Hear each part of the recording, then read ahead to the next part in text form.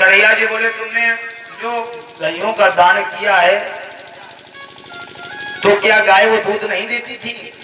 बोले नहीं प्रभु, गाय वो दूध देती थी तब दान दी है। बोले तो फिर उसमें बछड़ा नहीं होगा?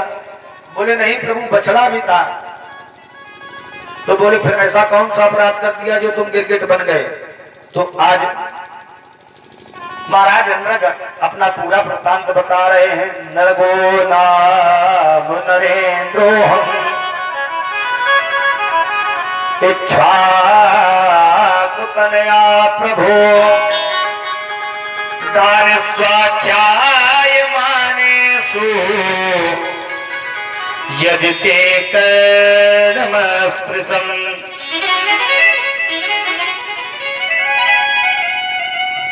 प्रभु, हमने ऐसी वैसी गैयों का दान नहीं किया। मैंने कपिला हेम श्रृंगी, मैंने बहुत सुंदर गायों का दान किया है। गैये जो जितनी भी गायें थी सब दूध देने वाली थी, उनके साथ में बछड़ा था और साथ में सबको जिनको दान करते थे उन सब गायों की सींगें सोने से मड़ी हुई थी। प्रभु बस गलती ये हमसे हो गई कि एक बार हम जब दान दे रहे थे गैयों का तो मेरे यहाँ प्रभु बहुत सी गायें थी। उसमें एक कपिला नाम की गाय थी।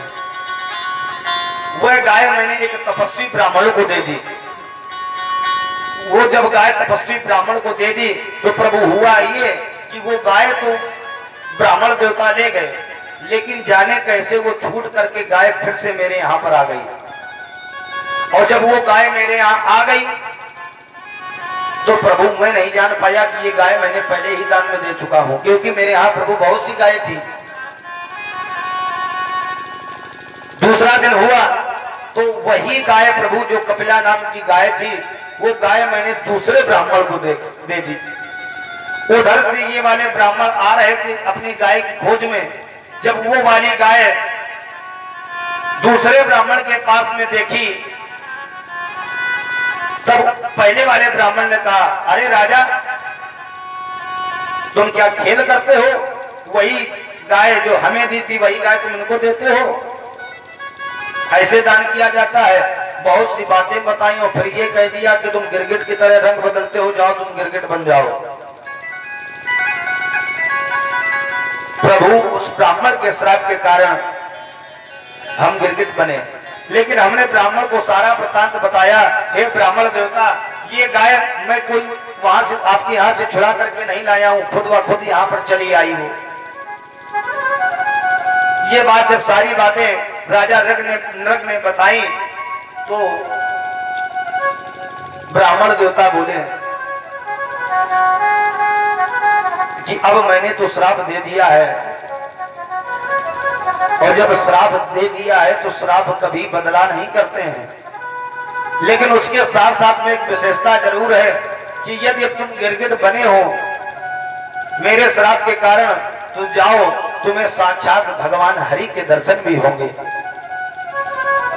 क्योंकि तुमने इतनी गौओं का दान किया है इसलिए तुम साक्षात भगवान के दर्शन करोगे। आज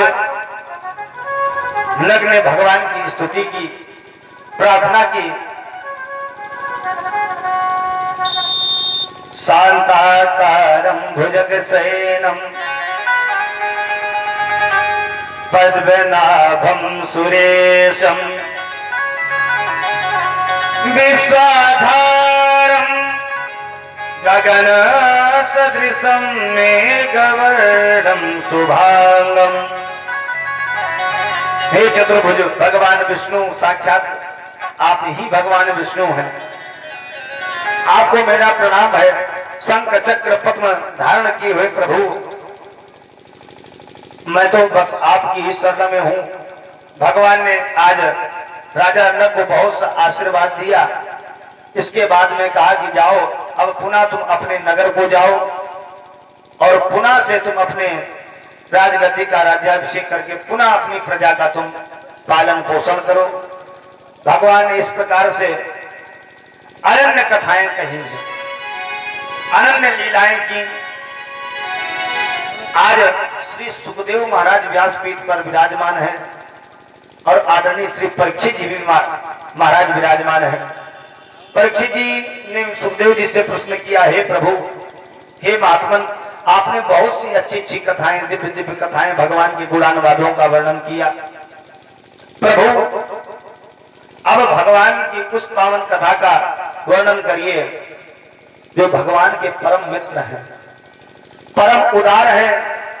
भगवान की मित्रता होने के साथ साथ में ब्राह्मण दरिद्र क्यों थे, वो वाली कथा प्रभु सुनाओ।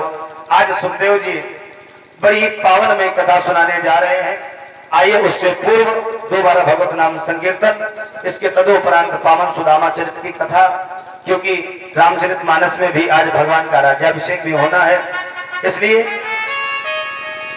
समय बहुत कम है और कथाएं बहुत ज्यादा हैं, इसलिए सबको थोड़ा थोड़ा सुना रहे हैं ताकि आपको ये भी न रहे कि कथा पंडित जी ने छोड़ दी। इसलिए सब कथाएं आपको थोड़ी थोड़ी सुनाते हुए परीक्षित मोक्ष होगा। इसके बाद पावन श्री रामचरितमानस भी हम लोग श्रवण करेंगे। बोली वृंदावन बिहारी लाल की। अरे बड़े भाग से ये मनुज तन मिला है, बड़े भाग से ये मनुज तन मिला है, गवाते गवाते उम्र पार कर दी, गवाते गवाते उम्र पार कर दी।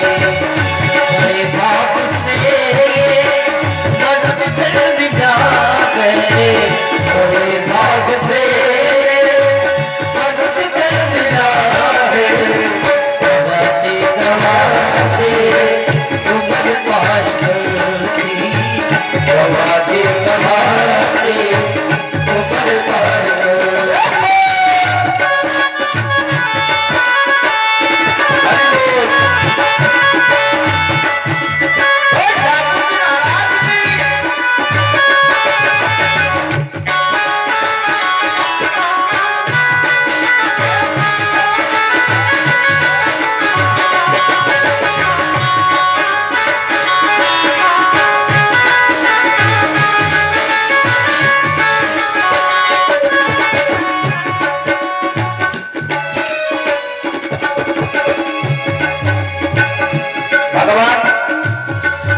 जब भी आप स्मरण करें तभी वह दिन अपने आप ही शुभ हो जाता है। जिस दिन भगवान का भजन करें लगन अपने आप ही शुभ हो जाती है। तदेव लग्नम सुदिनम तदेव तारा बलम चंद्र बलम तदेव विद्या बलम दैव बलम तदेव लक्ष्मी पदे तेंद्रियुगम स्मरामि। भगवान का नाम लेने के लिए कोई मुहूर्त की आवश्यकता नहीं है, कोई तिथि की आवश्यकता नहीं है, कोई अच्छे दिन की आवश्यकता नहीं है। जिस दिन भगवान का पूजन हो, जिस दिन भगवान का भजन हो, वह दिन ही अपने आप शुभ हो जाता है। इसलिए अभी चेत जावत जो भी बचा है, अभी चेत जावत जो भी बचा है, अभी भी वक्त है, फिर बाद में पछताने से कोई फायदा नहीं होगा। इसलिए अभी चेत जावत जो भी बचा है, अभी चेत जावत जो भी बचा है, अरे काल मुख से ना कोई बचा है, अरे काल मुख से ना कोई बचा है, अरे काल मुख से ना कोई बचा है, अरे काल मुख से ना कोई बचा है। जरा सोच लेना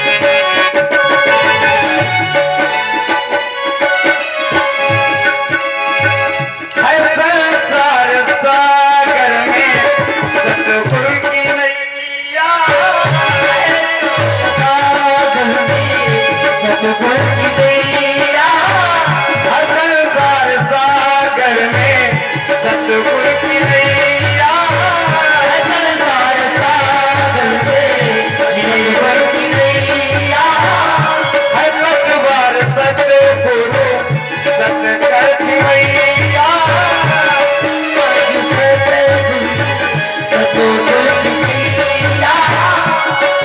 हम आप काल के मुख में बैठे हैं, पता नहीं है काल कब मुख बंद कर ले, कब हमारा आपका गोविंदाय नमो नमः हो जाए, इसलिए पहले से ही सावधान हो जाइए। है संसार सागर में जीवन की नैया संसार सागर में जीवन की नैया है पतवार सतकर्म सतगुरु की मैया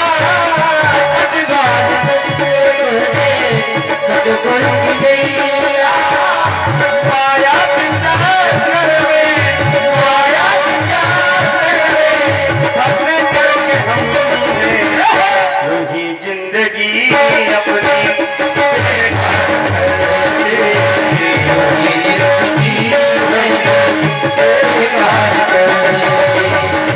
आने कमाने में आयु कमाई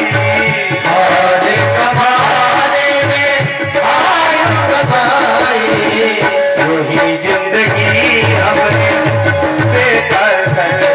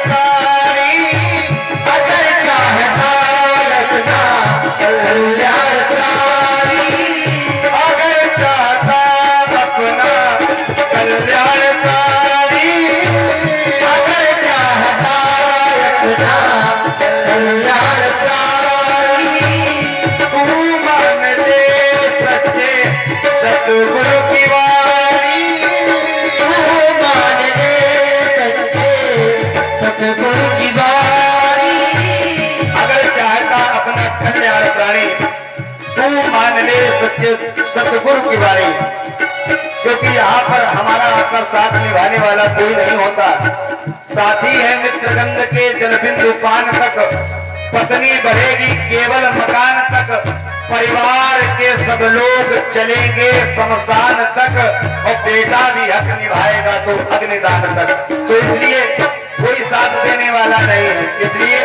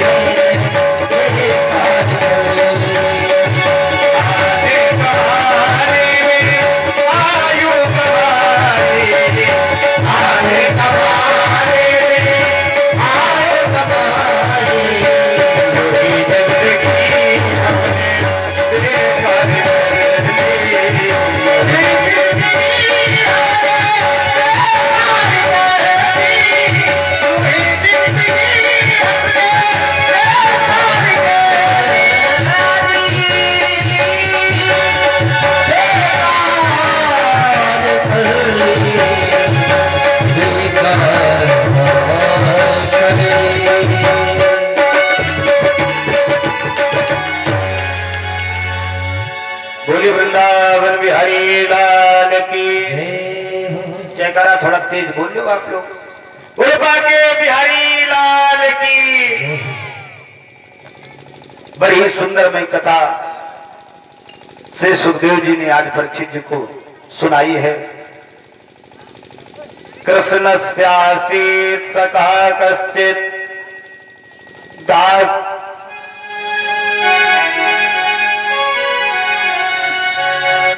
देखिए इस कथा में सुदामा जी का कहीं नाम आया नहीं भागवत जी में। पहली बात समझिए आप, सुदामा जी का नाम कहीं आया नहीं। कृष्ण स्यासीत, यहां से समझिए कृष्ण जी का एक मित्र था। कृष्ण स्यासीत सखा कश्चित ब्राह्मणो ब्रह्मवित्तमान् विरक्त इंद्रियार्थेषु प्रशांतात्मा जितेंद्रिय। वह ब्राह्मण था। इस श्लोक के माध्यम से बस यही समझा जाएगा कि सुदामा ही मित्र थे। कृष्णस्यासीत सखा कश्चित, ब्राह्मण थे, परम मित्र थे सुदामा जी। सुदामा जी बड़े भाव के साथ में भगवान का पूजन अर्चन भजन करते रहते थे। लेकिन इनके जीवन में एक बहुत बड़ी कमी थी कि इनके यहाँ पर दरिद्रता का वास था। इनके यहाँ पर धन वैभव ऐश्वर्य नहीं था, सिर्फ भगवान की भक्ति ही इनके घर में थी।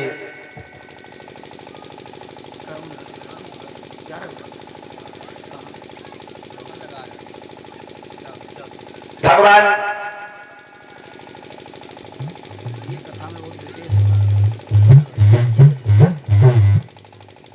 कन्हैया जी के परम मित्र सुदामा जी हैं। सुदामा जी की पत्नी का नाम है सुशीला, जिसका स्वभाव जो गुणवान हो, जो शीलवान हो, जो धैर्यवान हो, वही सुशीला है। इनके जीवन में सब कुछ है, लेकिन इनके जीवन में धन नहीं है, गरीब है सुदामा जी। दरिद्रता ने इनको घेर रखा है। मांग करके खाते हैं, जो मिल जाता है उसी में जीवन यापन करते हैं सुदामा जी।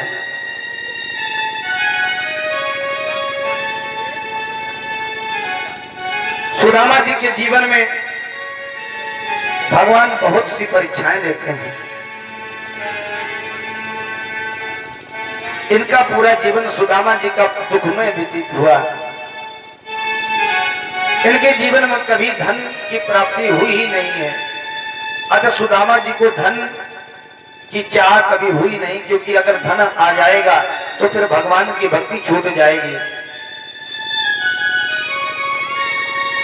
सदैव भगवान का भजन कीर्तन करते रहते हैं।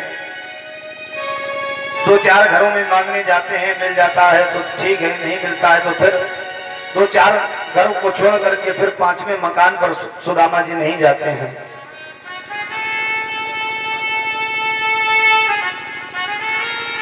भगवान सबको सब कुछ दे, लेकिन किसी को गरीबी मत दे, क्योंकि इनके हाथ छोटे छोटे बालक हैं।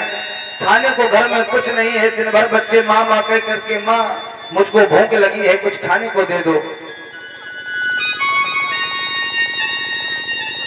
माँ मुझको बहुत तेज भूख लगी है, कुछ खाने को दे दो। लेकिन माता सुशीला क्या करे, जब घर में एक तिनका भी कुछ है नहीं तो खाने के बच्चों को क्या दे दे वो।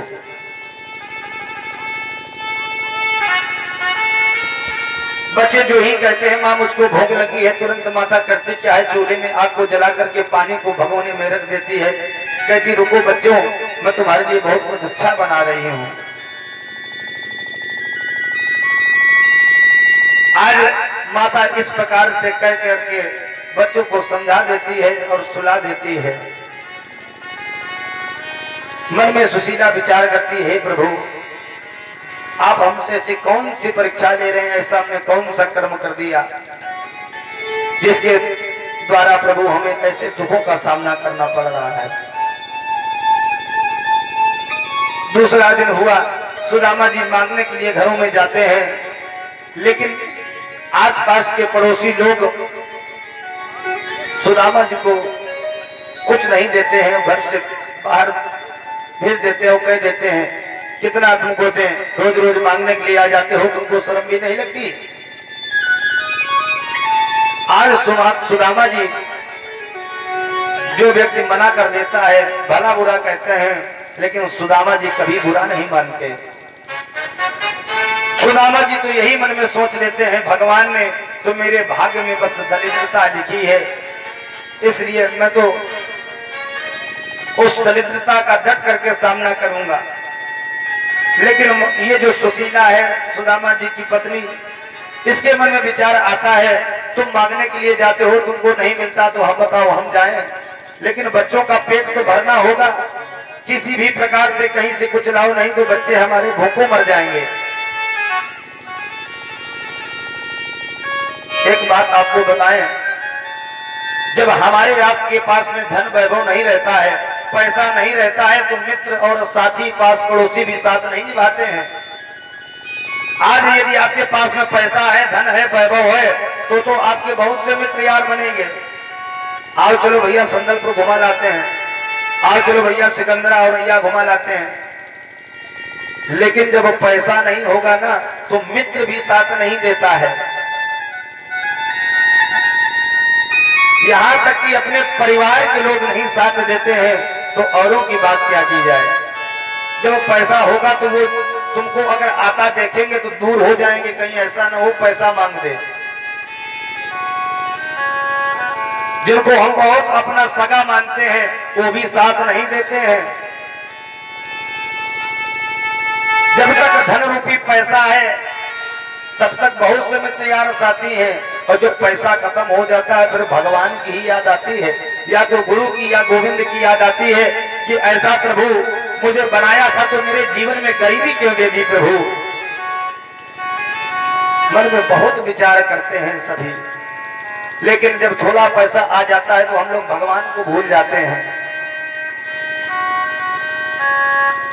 जो भी निवाला हो, भगवान के नाम का हो, जो भी जीवन में हो, धन भले ही कम हो, लेकिन भगवान की भक्ति कभी नहीं छोड़ना चाहिए। अरे भगवान कितना संघर्ष कराएंगे, 1 महीने, 2 महीने, 1 साल, 2 साल, 4 साल, 5 साल, एक ना एक दिन तो सुख का दिन आएगा ही।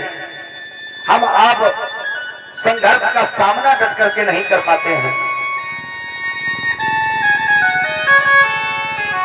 डट करके सामना कभी नहीं कर पाते। थोड़ा सा कष्ट आता है तो हम लोग कह देते हैं भगवान की इतनी भक्ति, इतना पूजन पाठ करते हैं, लेकिन भगवान मेरी नहीं सुनते हैं।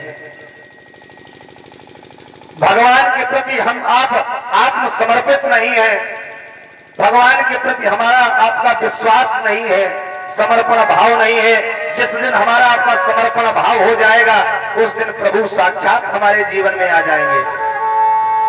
जब नाना प्रकार की थालियां भोजन की रखी होती है, तो कोई भी गोविंद को याद नहीं करता है। बताओ कोई याद करता हो? बताओ पार्टी में जाते हैं, फंक्शन करते हैं, इतनी शादियां करते हैं, जब पनीर की थाली आती सामने तब कहते हो प्रभु आओ पाओ आकर के? नहीं कहेंगे। जब हमारे आपके जीवन में दुख के पहाड़ टूटते हैं, रोटी और नमक होती, तब याद करते प्रभु हमसे जो बना है प्रभु आप पाओ आकर के। लेकिन सच बात तो यही है, जब तक दुख नहीं आते हैं तब तक भगवान की याद आ ही नहीं सकती है। अरे दुखों से अगर चोट खाई न होती, तो मोहन तुम्हारी याद आई न होती। दुखों से अगर चोट खाई न होती,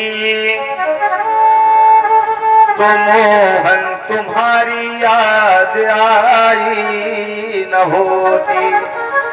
सुदामा जी तो मांगने के लिए जाते हैं, जब कुछ नहीं मिलता है तो फिर भी प्रसन्न होकर के अपने घर में आ जाते हैं।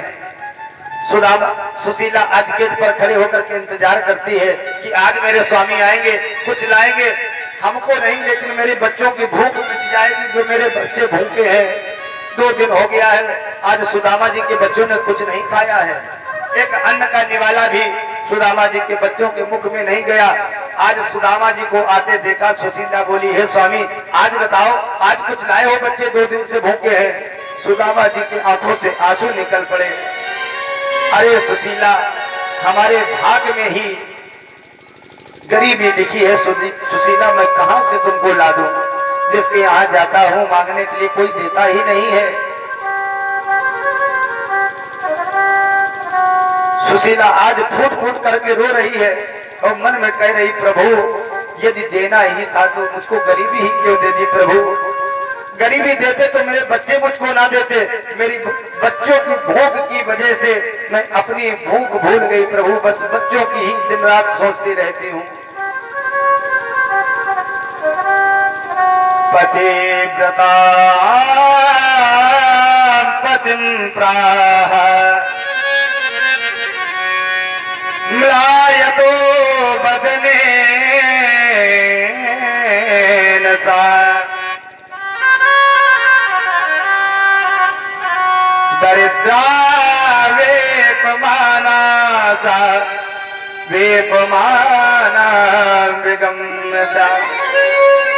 हे गोविंद, यदि तुमने मुझको मनुष्य का जीवन दिया तो फिर दुख क्यों दे दिया प्रभु?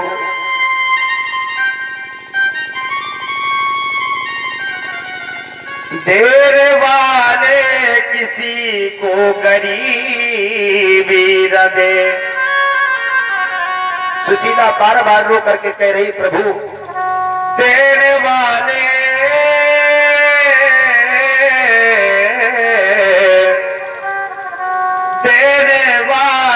किसी को गरीबी न दे।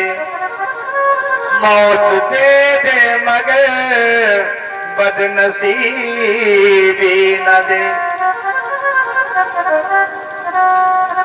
हे प्रभु, किसी को यदि आप मनुष्य जीवन देना तो फिर उसको जीवन में कभी प्रभु गरीबी मत देना। भगवान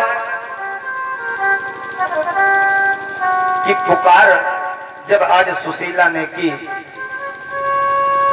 भगवान ने मन में विचार किया और मन ही मन कहा, सुशीला बस थोड़ा और संघर्ष कर लो, बस मैं तुम्हारे यहाँ साक्षात प्रकट होकर के तुम्हें बहुत सा वैभव धन ऐश्वर्य दे दूंगा।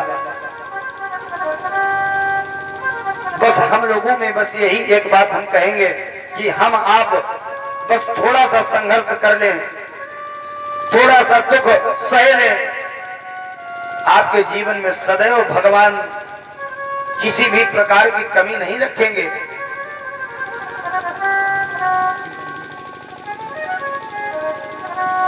भगवान किसी भी प्रकार की कभी नहीं रखेंगे।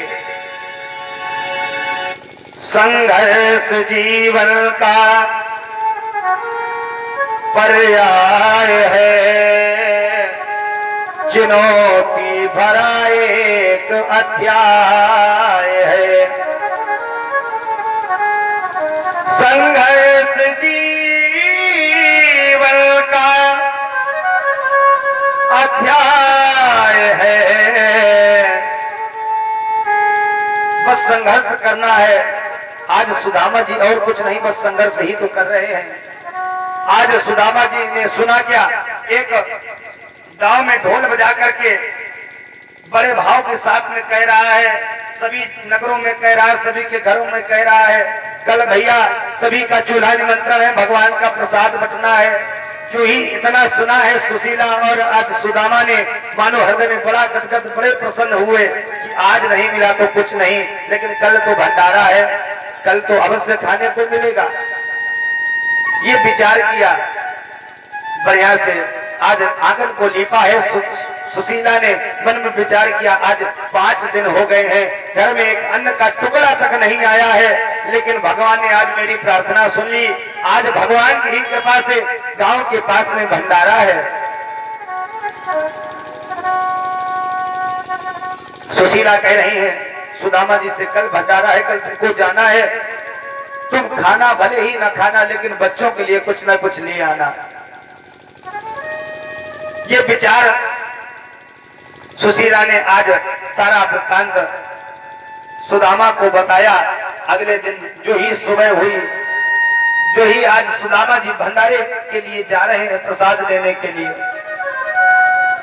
सुदामा जी ने आज भोजन की थाल वहां पर लगाई है।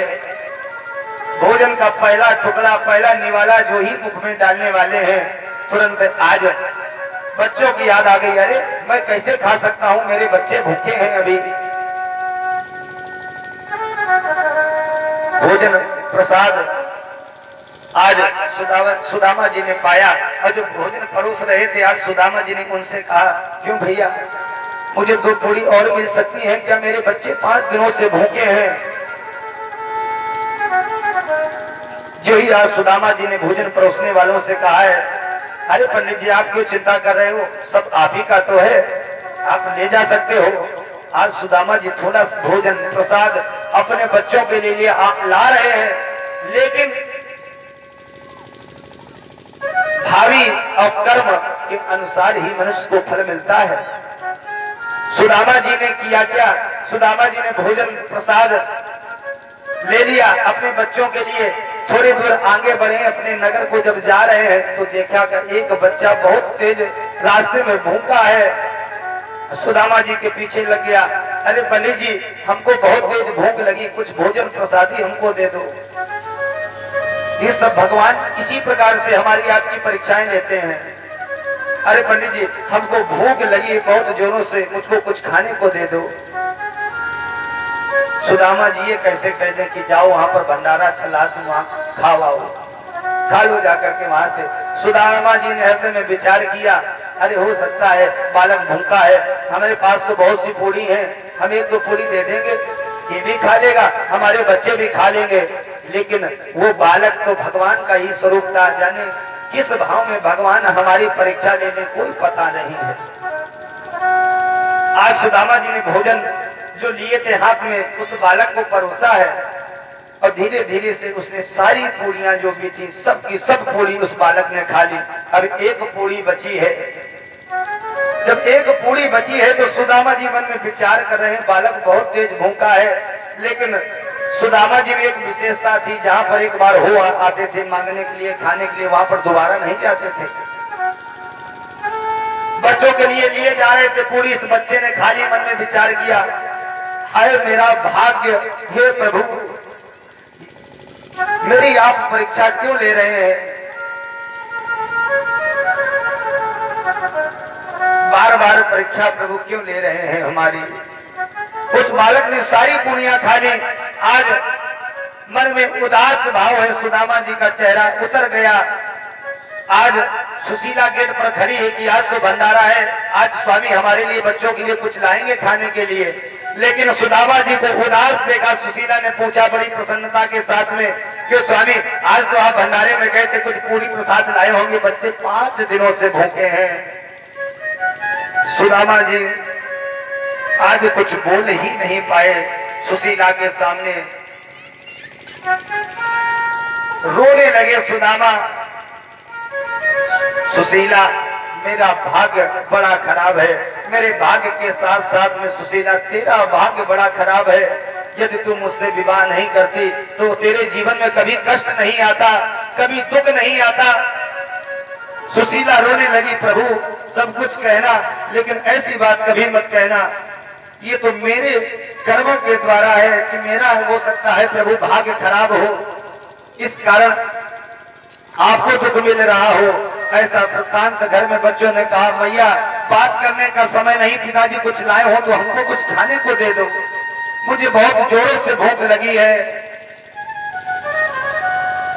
एक झोली में फूल भरे हैं, एक झोली में कांटे, तेरे बस में कुछ भी नहीं, वो तो बांटने वाला बांटे।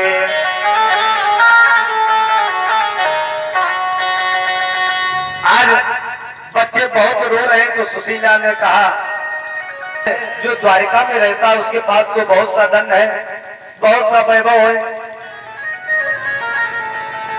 बच्चों से कहा ऐसा करो, तुमको भूख लगी है, बहुत तेज लगी है। बच्चे बोले हाँ भैया हमें भूख अब सहन नहीं हो रही है, पेट में बहुत पीड़ा होने लगी है।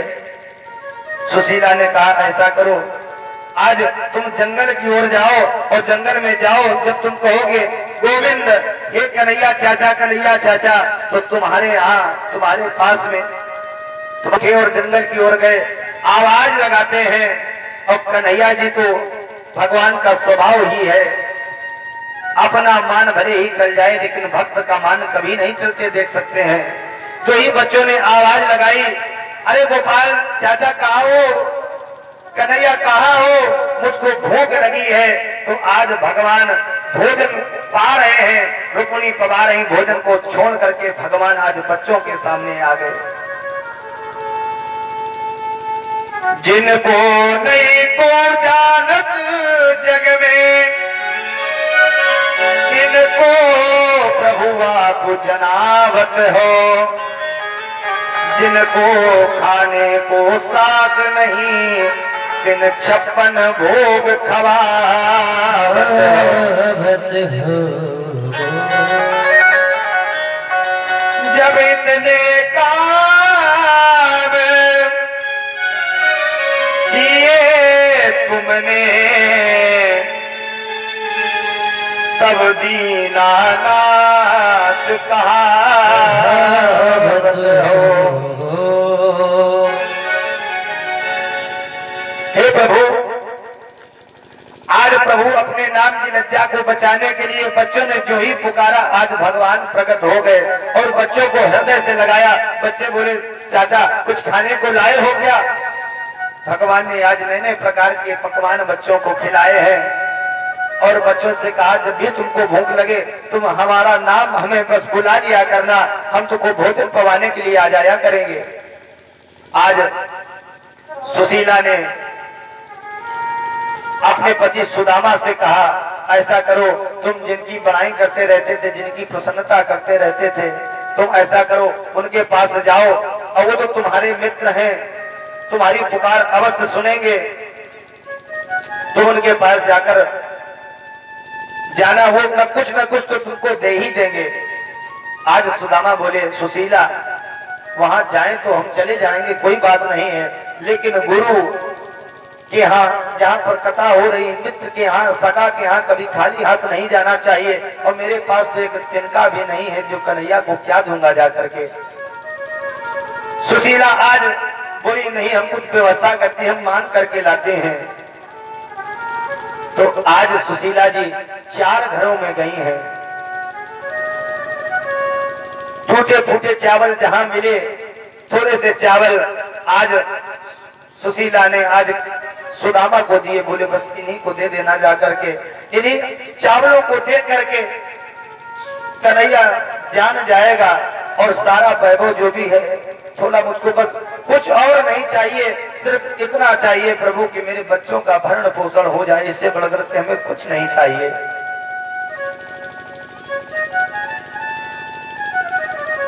आज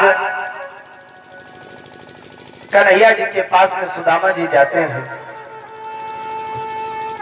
द्वारिका की ओर जैसे ही बढ़े हैं प्रभु, तो एक नदी पड़ती है, नदी को पार करके जाना है। कन्हैया सुदामा जी थोड़ा ही चले हैं, पैर दर्द होने लगे, कांटे कंकड़ इतने चुभे हैं आज सुदामा जी के पैरों में, भगवान से आज ये दशा देखी नहीं गई। और आज सुदामा क्या हुआ, नदी के समीप में विश्राम करने लगे कि अभी थोड़ा विश्राम कर लेंगे, फिर इसके बाद में और आगे बढ़ेंगे तब जाएंगे। आज सुदामा जी विश्राम करने लगे। भगवान ने लीला ही बदल दी।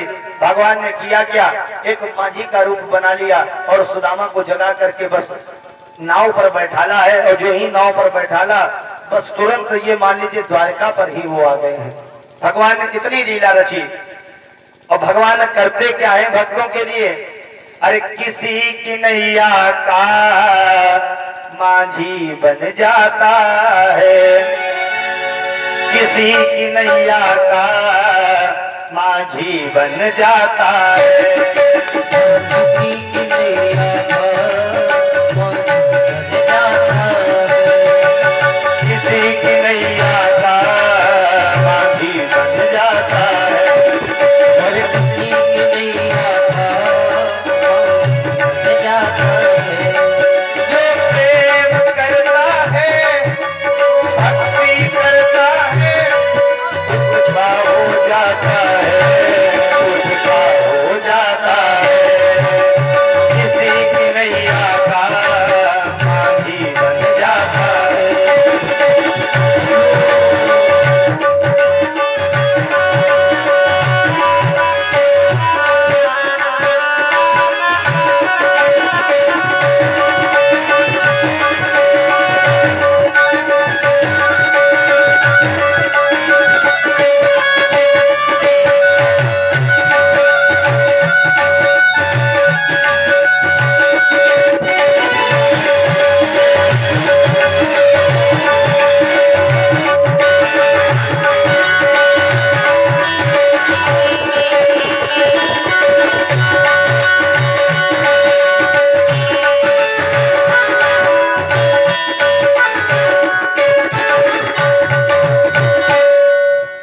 आज कन्हैया जी ने नाविक का रूप बनाया और सुदामा जी को बैठाला।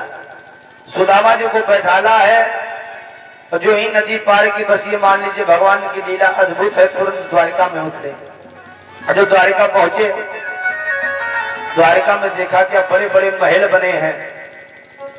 अब इतने महल हैं, सब के सब घर पक्के बने हैं, सोने से मढ़े हुए हैं सारे महल। आज सुदामा जी विचार कर रहे हैं, ऐसा तो नहीं कहीं हम वैकुंठ में आ गए हैं। वहां के नागरिकों से सुदामा जी ने पूछा, क्या यही द्वारिका है?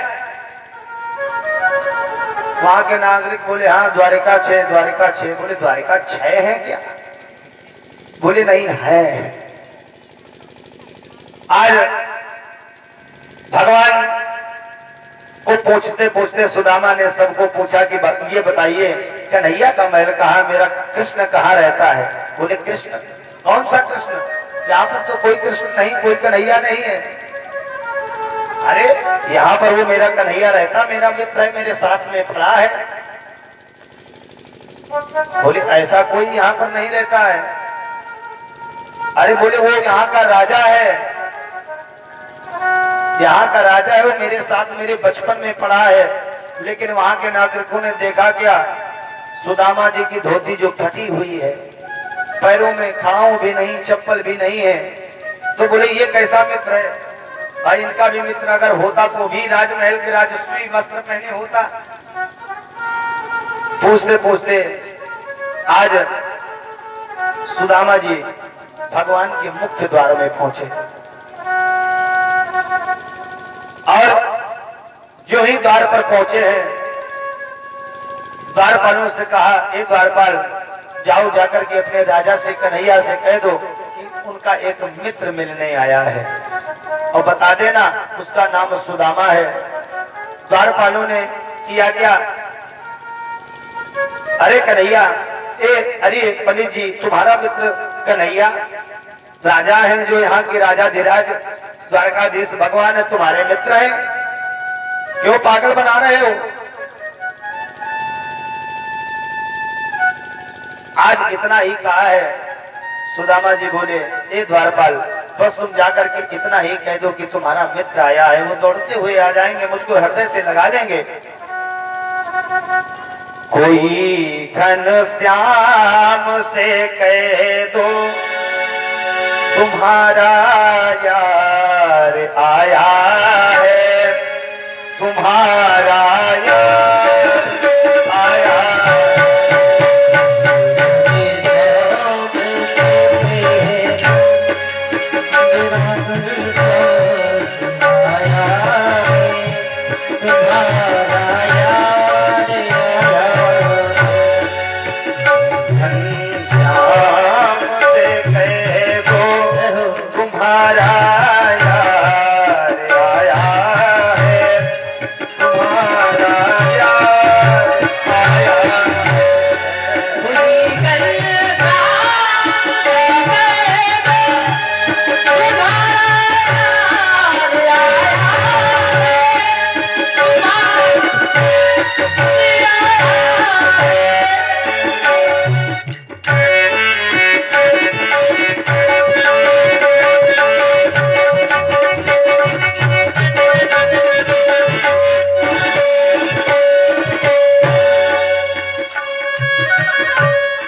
कन्हैया जी से बस इतना बता देना जाकर के क्या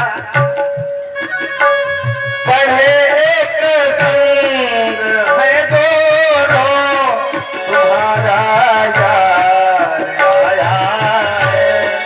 पढ़े दोनों एक संग तुम्हारा यार आया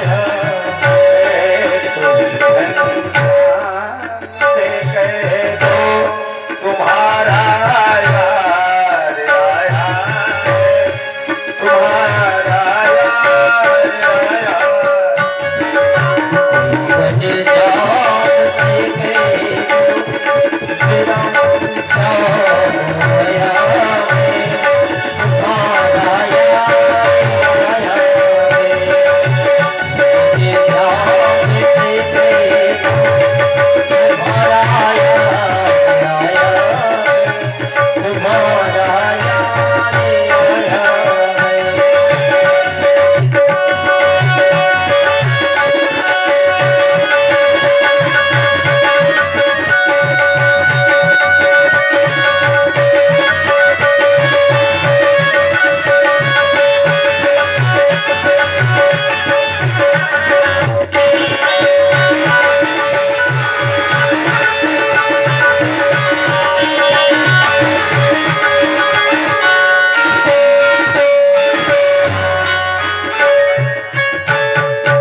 बस इतना जाकर के बता देना अपने महाराज से महाराज दौड़ते हुए भागते हुए आ जाएंगे।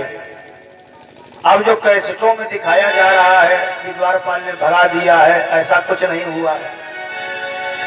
गाने को बढ़ाने के लिए बनाने के लिए द्वारपाल बताइए भगवान के दरबार में कोई ब्राह्मण जाएगा, ब्राह्मण ना जाए, कोई निर्धन व्यक्ति चला जाए, क्या भगवान के दरबार से खाली जाएगा?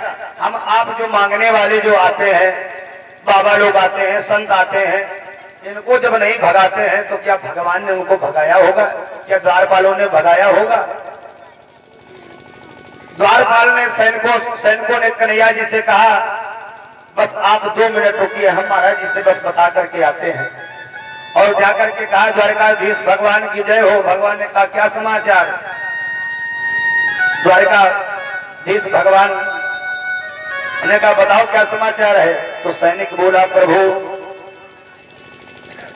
एक आपके मित्र हैं, शीश पगान जगातन पे,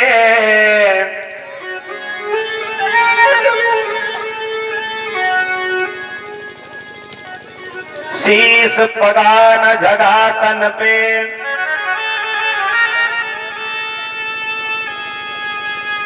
वो जो मित्र है आपका मित्र बताता है वह ब्राह्मण है और कहता है कि मेरा नाम सुदामा है, मैं द्वारकाधीश भगवान के साथ में पड़ा हूँ। जो ही सुदामा नाम भगवान ने सुना है, भगवान ने किया क्या न वस्त्रों का हाल देखा, जैसे बैठे तो तुरंत उठे दौड़े और द्वार में भागते हुए जाते हैं और सुदामा को हृदय से लगाया और आदर के साथ में भगवान ने सुदामा जी को अपने आसन पर बैठाया है और भगवान सुदामा के चरणों के पास में बैठे। आज जो ही ये हाल रुक्मणी जी ने देखा, सब रानियों ने देखा, थोड़ी ही भागती में आई कि आज तक ऋषि महात्मा तो बहुत से आए, लेकिन ऐसा कौन सा मित्र आया है, ऐसे कौन से संत आए हैं जिनके लिए भगवान दौड़े हुए भगवान ने अपने आसन पर बैठाला है। भगवान ने किया क्या, अपने मित्र के विरह में उनकी दशा देख करके भगवान के अश्रु निकल आए और जब आंसू निकल आए तो भगवान ने अपने आंसुओं से सुदामा जी के चरणों को धुला है। देख सुदामा की दीन दशा, करुणा करके करुणा निधि रोए। आज भगवान ने देखा क्या, अरे सुदामा जी के पैरों में तो बहुत से कंकड़ पत्थर कांटे चुभे हुए हैं। ये हाल देख करके सुदामा जी के आंखों से आंसू निकले। सुदामा जी ने अपने मित्र सुदामा जी के चरणों को धोया है। रुक्मणी जी भी, सभी रानियां, महारानियां, पटरानियां सभी सुदामा जी के दर्शन के लिए आई। कोई पंखा डुला रहा है, कोई सेवा कर रहा है। अब कन्हैया जी ने कहा, अपने हाल बताओ सुदामा। सारा वृत्तांत बताया, सब कुशल मंगल है। और तुम्हारी भाभी ने भेजा है यहाँ पर। अरे तुमने शादी कर ली और तुमने हमको बुलाया भी नहीं। अरे क्या करें कन्हैया, ऐसी परिस्थितियों में शादी हुई कि तुमको याद नहीं कर पाए। लेकिन तुम ये बताओ, तुम ऐसे राजा कैसे बन गए और ये सब कौन है? कन्हैया जी बोले, ये सब तुम्हारी जो है बहुएं हैं। अरे इतनी बहुएं? एक दो है? बोले नहीं, सब। कन्हैया जी ने किया क्या, रुक्मणी जी से सबसे कहा, सब लोग एक एक करके आओ, प्रणाम करो, पंडित जी आए हैं। रुक्मणी जी जब आए तो सुदामा जी बोले, यशस्वी भवा, सौभाग्यवती भवा, कीर्तिमान भवा, इतना बड़ा आशीर्वाद। अब जब रानियों की लाइन लगने लगी, कीर्ति भवा, अब कुछ शब्द नहीं निकल रहा, बस भवा भवा भवा भवा। एक रानी हो चल जाए, 2 रानी हो, 100 रानियां हो, 1000 हो, 2000 हो, 16000, जिनको जिनको आशीर्वाद दें। तो सुदामा जी बोले, ऐसा करो, सब एक जगह खड़ी हो जाओ, हम सबको एक बार में ही आशीर्वाद दे देंगे। भगवान ने सभी को आशीर्वाद दिया। रात्रि में विश्राम किया, भोजन प्रसादी हुई। जब दूसरा दिन हुआ, सुदामा जी जो क्या बगल में पोटी चावलों के दबाए हुए हैं। आज दूसरा दिन हुआ तो कन्हैया जी बगल में पोटी दाबे हुए। कन्हैया जी ने कहा कि सुदामा जी, आप बहुत देर से ऐसे हाथ किए हैं, क्या दाबे हुए हैं? लेकिन सुदामा जी के मन में भाव ये है कि यहाँ के राजा पता नहीं टूटे हुए चावल स्वीकार करें या ना करें। लेकिन भगवान तो बताइए, विदुर के यहाँ भगवान ने छिलके खाए केले के। इतने भाव में विदुर जी थे कि वो क्या करते हैं, भगवान जब पधारे तो सब याददाश्त भूल गए, सारी क्रियाकलाप भूल गए। केले का जो फल है वो हाथ में नहीं है और छिलका भगवान को दे रहे हैं। भगवान बड़े भाव के साथ में छिलका खा रहे हैं। सुदामा जी से पूछा, सुदामा जी बोले, कुछ नहीं है, कुछ नहीं है इसमें। भगवान ने सुदामा जी के बगल से पोटी निकाली, देखा कि इसमें चावल। अरे ये भाभी ने भेजा मेरे लिए। अरे कन्हैया, क्यों मजाक कर रहे हो? जो भी व्यवस्था बनी तेरी भाभी ने भेजी है। और बड़े भाव के साथ में भगवान ने उन चावलों को, उन अक्षतों को भगवान ने पाया। जो ही 2 मुट्ठी पाली, 2 मुट्ठियों में भगवान ने सारे सुख को भगवान ने आज सुदामा को दे दिया। सारा ऐश्वर्य, वैभव, भगवान ने सारी संपदा आज सुदामा को दे दी। और जो ही तीसरी मुट्ठी भगवान ने मुख में डालनी चाहिए, रुक्मणी जी आ गई। रुक्मणी जी बोली, अरे प्रभु, अपने लिए कुछ बचा करके नहीं रखोगे? सब दे दोगे क्या? आज कन्हैया जी बोले, अरे रुक्मणी, ये कन्हैया, ये सुदामा जी जो आज हमको आप ये वैभव, ये कीर्ति, जो राजाओं की बात हम रह रही है, तो सुदामा की ही देन है।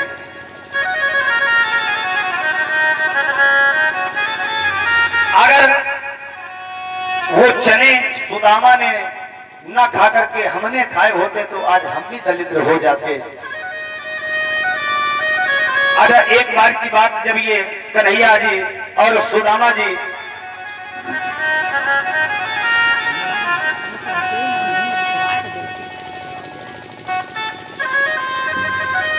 देखिए, समय भी हो चुका है और कथा भी पूर्ण होनी, इसलिए अब बहुत संक्षेप में ले चल रहे हैं।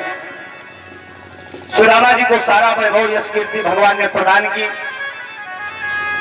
और ये वाली कहानी, ये वाली कथा भी अभी आप परम पूज्य गुरुदेव भगवान के द्वारा श्रवण करेंगे कि सुदामा जी दरिद्र क्यों हुए, क्या कारण है। ये गुरुदेव भगवान के द्वारा पावन मई कथा हम सभी लोग सुनेंगे। आज सुदामा जी मन में विचार कर रहे हैं, कन्हैया जी ने तो हमको कुछ दिया ही नहीं है, अब ऐसे ही भेज देंगे। लेकिन भगवान तो पहले ही इनको सब कुछ दे चुके हैं, पहले से ही सब कुछ भगवान ने दे दिया। सुदामा जी बोले कन्हैया जी क्या चले, भगवान बोले चलो। लेकिन कन्हैया जी मन में विचार कर रहे हैं, अब कहो कन्हैया जी चलते वक्त दे। लेकिन भगवान ने कहा कि सुदामा वहां तो पहुंचो, तुमको सब मिलेगा। मन में कहते हुए आज सुदामा जी कृष्ण के हृदय में लगे, गले मिले और पुनः अपनी नगरी पहुंचे। जब अपनी नगरी पहुंचे तो देखा क्या, वहां का पूरा हाल ही बदला है। सबसे ऊंची वाली अटारी पर चढ़ी सुशीला जी बोली इधर आओ स्वामी जी। कन्हैया सुदामा जी ने मन में विचार किया, ये कौन स्त्री हमको बुला रही है, क्योंकि यहाँ से जब गए थे तो सुशीला बड़ी दरिद्र थी, सड़ी हुई साड़ी गंदी पहने हुए थी, ना कोई शिकार था, आज महारानियों की तरह खड़ी है। सुदामा जी पहचान नहीं पाए कि हमारी पत्नी सुशीला ही है। सुशीला जी पास में आई, अरे बोले चलो स्वामी जी। सुदामा जी बोले दूर रहो, पर स्त्री को हम नहीं छूते हैं। सुशीला बोली स्वामी हम हैं तुम्हारी पत्नी सुशीला, भूल गए क्या। अरे तुम, ऐसा हाल कैसे हुआ, ये सब कैसे। बोले सब ये गोविंद भगवान दे गए हैं, सब कन्हैया की कृपा है। भगवान ने पहले ही विश्वकर्मा को आदेश दे दिया, जितनी मेरी नगरी सुंदरी है, सुंदर है द्वारकापुरी, उससे कहीं अत्यधिक सुंदर नगर सुदामा जी का बना दो। सुदामापुरी का निर्माण किया। बड़े भाव के साथ में आज सुदामा जी ने भगवान की भक्ति की। और इधर अनन्य कथाएं आई, मार्कंडेय जी की कथाएं, पांडवों का यज्ञ करना, शिशुपाल को भगवान को मारना, भगवान ने शिशुपाल का वध किया। इसके बाद बहुत सी कथाएं हैं जो समय के अभाव के कारण नहीं पूर्ण हो पाएंगी, इसलिए आइए आज राजा परीक्षित को सुखदेव महाराज ने पूर्ण आत्मज्ञान दिया भागवत के माध्यम से। और परीक्षित जी के जो मन में डर था कि नहीं 7वें दिन तक्षक सर्प के द्वारा हमारी मृत्यु होगी, तो आज उसका भय खत्म हो गया है। और जब भय खत्म हुआ, इधर कथा पूर्ण हुई, तो सुखदेव जी के द्वारा आज भागवत पूर्ण होने के बाद में आज परीक्षित जी ने पुनः सुखदेव जी का पूजन किया, वंदन किया। और हम आप सभी से निवेदन करना चाहेंगे कि आप सभी उठ करके भगवान बांके बिहारी का तिलक करें, उनका पूजन करें और सदैव भगवान जी से कामना करें कि आप भगवान हमें आत्मज्ञान की शक्ति प्रदान करें। आपके जीवन में चाहे जितना दुख आ जाए, संघर्ष आ जाए, लेकिन आप कभी भी भगवान की भक्ति मत छोड़ो, बस यही कामना है आपसे। और सुखदेव भगवान का पूजन कर सुखदेव भगवान को विदा किया। आज 7वां दिन पूर्ण हुआ। आज तक्षक सर्प भगवान तक्षक सर्प इंतजार कर रहा है। इसने किया क्या, एक ब्राह्मण का रूप बनाया है। एक कथा आती है, ब्राह्मण का रूप बनाया है। ब्राह्मण का रूप बनाने के बाद में आज इसने राजा परीक्षित को 7वां दिन जब हुआ तो इसने आज पीठ पर तक्षक सर्प ने डसा है, जिससे परीक्षित जी की मृत्यु होती है। मृत्यु क्या, भगवान ने सुखदेव जी के द्वारा आत्मज्ञान पहले ही इनको मिल चुका है, बस इनका बस शरीर है, बाकी इनकी जो आत्मा है भगवान में विलीन हो चुकी है। तक्षक सर्प के डसने के द्वारा इनका शरीर काला होकर के भस्म हो गया। ये बात जब जन्मेजय को पता चली, इनके जो पुत्र हैं परीक्षित जी के जन्मेजय को जब ये बात पता चली कि हमारे पिता की मृत्यु तक्षक सर्प के द्वारा हुई है, तो इन्होंने आज सर्प यज्ञ कराया है। और जब सर्प यज्ञ कराया तो उसमें सारे सर्पों का आवाहन कर दिया। आज ब्राह्मण देवता जिन मंत्रों का गायन करते हैं, पढ़ते हैं, सारे के सारे सर्प यज्ञ कुंड में भस्म होने लगे।